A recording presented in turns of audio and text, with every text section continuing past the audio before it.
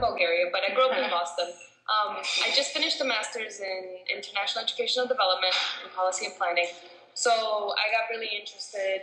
I was doing a project about the Dominican Republic and specifically about Haitian migrants in the Dominican Republic and Bates. And I started doing all this research and decided to contact a bunch of organizations. So I contacted DREAM, and it just so happened to be that they needed a literacy teacher, and it worked out really well. So I came here. This was 2 summers ago for the first time for a month. I fell in love with the place, and I've been here since. My focus is on literacy. So what I did when I first came down here during the first summer camp, I taught literacy. It depends on, we work with kids ranging from age 8 up to 16. So their needs are very different. With lower groups, I focus on letter recognition, sound recognition, just beginning literacy. And then with some of the older kids, we focus on, I don't know what the literacy rate, I can't give you an exact number. What I can tell you from my experience with the public school is that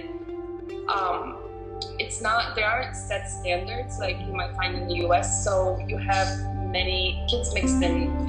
It really depends, and once kids fall behind, it's really hard for them to catch up.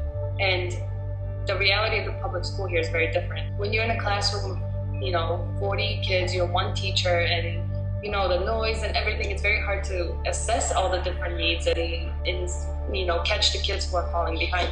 So what I found is that there are a lot of kids who sneak by and pass grades, and then you find out that there's a 6th grader who doesn't know his letters. So as long as kids learn to, they, pretend like they know, pay attention, be quiet, and then before you know it, they get up to, I don't know, 5th, 6th grade, and still somebody realizes they can't read.